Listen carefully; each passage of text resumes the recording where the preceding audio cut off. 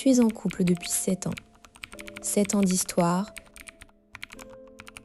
de projets, de galères partagées. Puis un soir, elle te dit « Je ne suis plus heureuse. Je pense qu'il faut qu'on arrête. » Tu restes figé, incrédule. Comment est-ce possible? Tout allait bien, non? La vérité, c'est que ce n'est pas arrivé soudainement.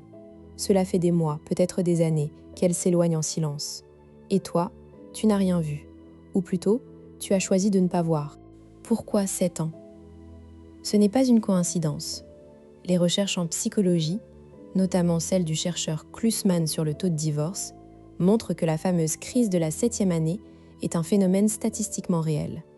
Mais ce n'est pas une fatalité, c'est un signal d'alarme, un indicateur qu'un déséquilibre profond s'est installé dans votre relation. Et une fois que tu comprends ce déséquilibre, tu peux agir. Après cette vidéo, tu sauras exactement pourquoi 7 ans est un cap critique pour beaucoup de femmes. Tu comprendras le mécanisme psychologique qui les pousse à partir, souvent sans retour possible. Et surtout, tu auras en main 3 techniques concrètes, validées par la science, pour non seulement éviter cette rupture, mais pour renforcer ta relation bien au-delà de cette échéance. Ce n'est pas de la magie, c'est de la psychologie appliquée. Prêt? Décortiquons cela. La croyance populaire veut que les couples se séparent parce qu'ils s'ennuient. Trop de routine, plus de piquant. On te dit, il faut raviver la flamme, surprendre l'autre, sortir du train-train. Résultat, tu planifies des week-ends surprises, tu achètes des jouets coquins, tu changes de restaurant. Et pourtant, 6 mois plus tard, elle est toujours aussi distante, sinon plus. Pourquoi? Parce que l'ennui n'est pas la cause profonde, c'est un symptôme. La vraie cause, c'est l'érosion de la sécurité émotionnelle. Dans une relation longue, le cerveau féminin, en particulier, scanne en permanence un signal. Suis-je en sécurité avec lui? Puis-je compter sur lui? Est-il toujours investi? Ce besoin fondamental, décrit par la théorie de l'attachement de Bowlby, est une boussole. Au début, tout va bien. Mais avec le temps, de petits gestes s'effacent, des promesses non tenues s'accumulent, des silences s'installent. Imperceptiblement, la balance penche. Elle ne se sent plus prioritaire. Et à force de ne pas se sentir prioritaire, elle commence à envisager une vie sans toi. La routine n'est qu'un accélérateur. Le vrai problème, c'est la perte de connexion émotionnelle. Et ça, ni une surprise, ni un dîner aux chandelles ne le répare si le fond est pourri. Voici le mécanisme caché, la théorie de l'investissement dans la relation, développée par le psychologue Caril Ruspult. Cette théorie dit qu'une personne reste en couple tant que les bénéfices perçus, amour, soutien, sexe, etc., sont supérieurs aux coûts, conflits, sacrifices, et que les alternatives être seul, un autre partenaire, ne semblent pas meilleures. Le problème, c'est que ce calcul n'est pas conscient.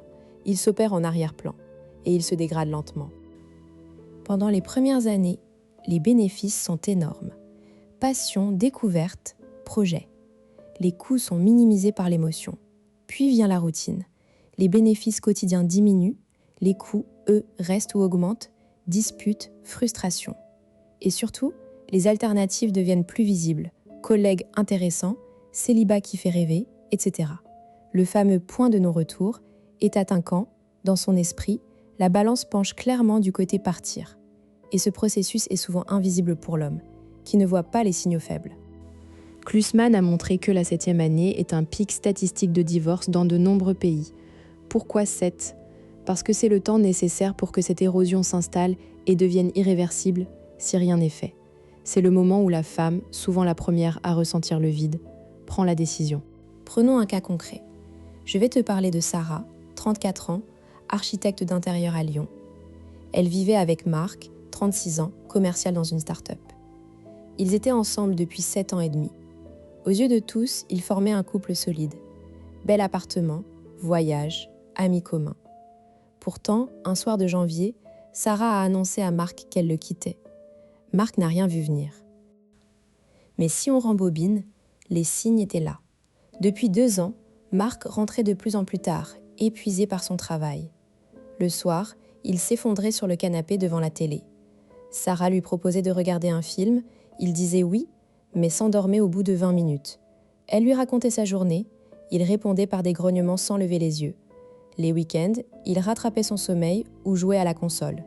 Les conversations se limitaient aux courses et à l'organisation logistique. Sarah, de son côté, se sentait invisible. Elle avait essayé d'en parler. Un soir, après un dîner silencieux, elle a lâché. « Marc, j'ai l'impression qu'on ne se parle plus. On devient des colocs. » Marc a répondu, sans agressivité, « Mais non, chérie, c'est une période, le boulot est intense. Ça va passer ?» Puis il a repris son téléphone. Ce soir-là, Sarah a senti un petit déclic en elle. Pas une colère, plutôt une lassitude. Elle a commencé à imaginer sa vie sans lui. Les mois ont passé. Marc n'a pas changé. Sarah a cessé de faire des propositions. Elle a arrêté d'initier des câlins le soir, car il ne réagissait plus. Inconsciemment, elle a commencé à se protéger, à investir ailleurs, dans son travail, dans ses amis, dans le sport. La balance penchait. Un jour, elle a croisé un ancien ami d'école, devenu entrepreneur, passionné, qu'il a écouté avec attention pendant un café. Elle n'a rien fait, mais l'alternative est devenue réelle. Quelques semaines plus tard, elle a pris la décision. Le jour où elle a annoncé son départ à Marc, il a pleuré. Il a promis de changer. Il a proposé une thérapie de couple. Mais il était trop tard. Dans son cœur, le processus était terminé. Elle avait déjà fait son deuil de la relation. Comment reconnaître ce processus chez ta partenaire ? Voici 3 signaux d'alerte. 1. Elle arrête de se plaindre des petites choses. Étonnamment, quand une femme cesse de te faire des remarques sur les tâches dans l'évier ou ton retard, ce n'est pas un bon signe. Cela signifie qu'elle a abandonné l'espoir que tu changes. 2. Elle investit dans ses propres projets, sans toi. Elle s'inscrit à un cours de yoga, voit plus ses amis, planifie des voyages solo. Elle reconstruit une vie parallèle. 3.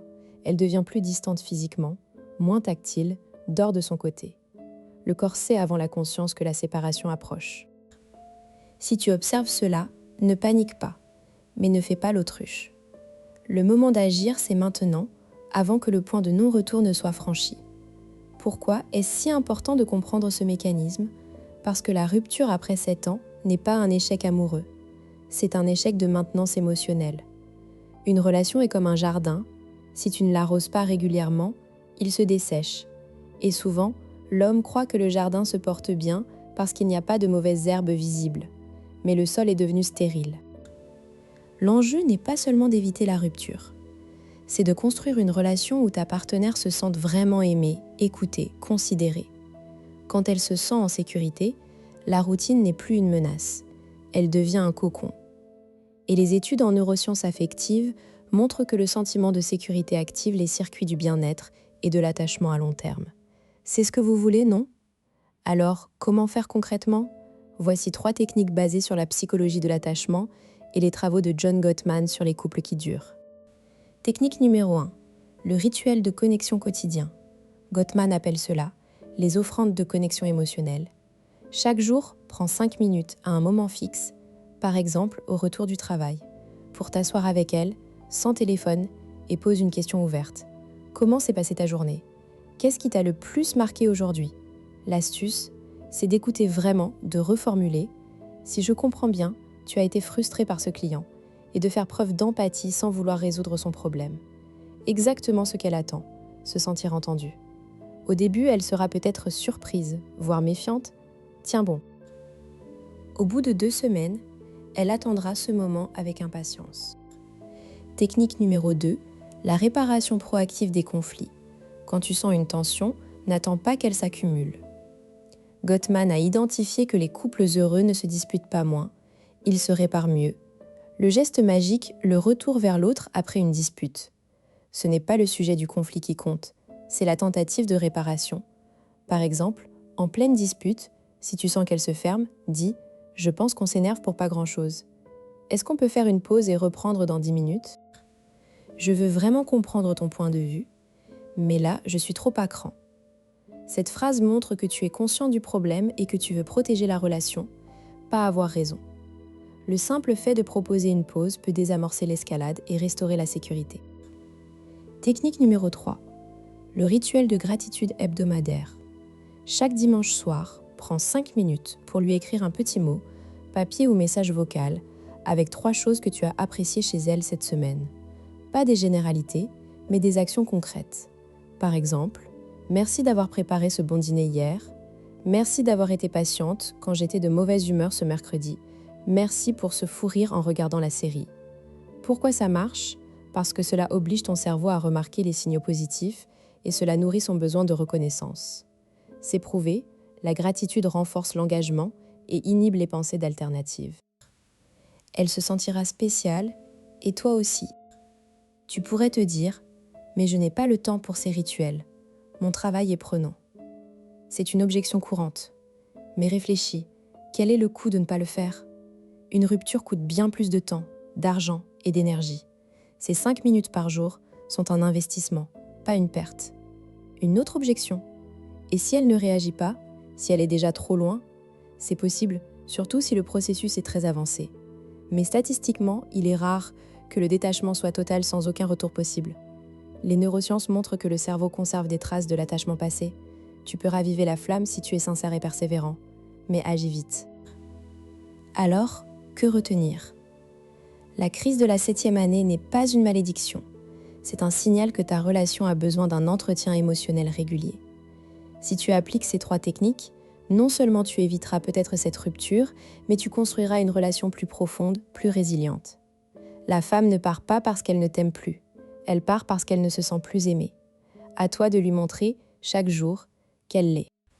Si cette vidéo t'a éclairé, like-la, abonne-toi, active la cloche pour ne rien manquer. Et dis-moi en commentaire, à quel âge de votre relation êtes-vous ?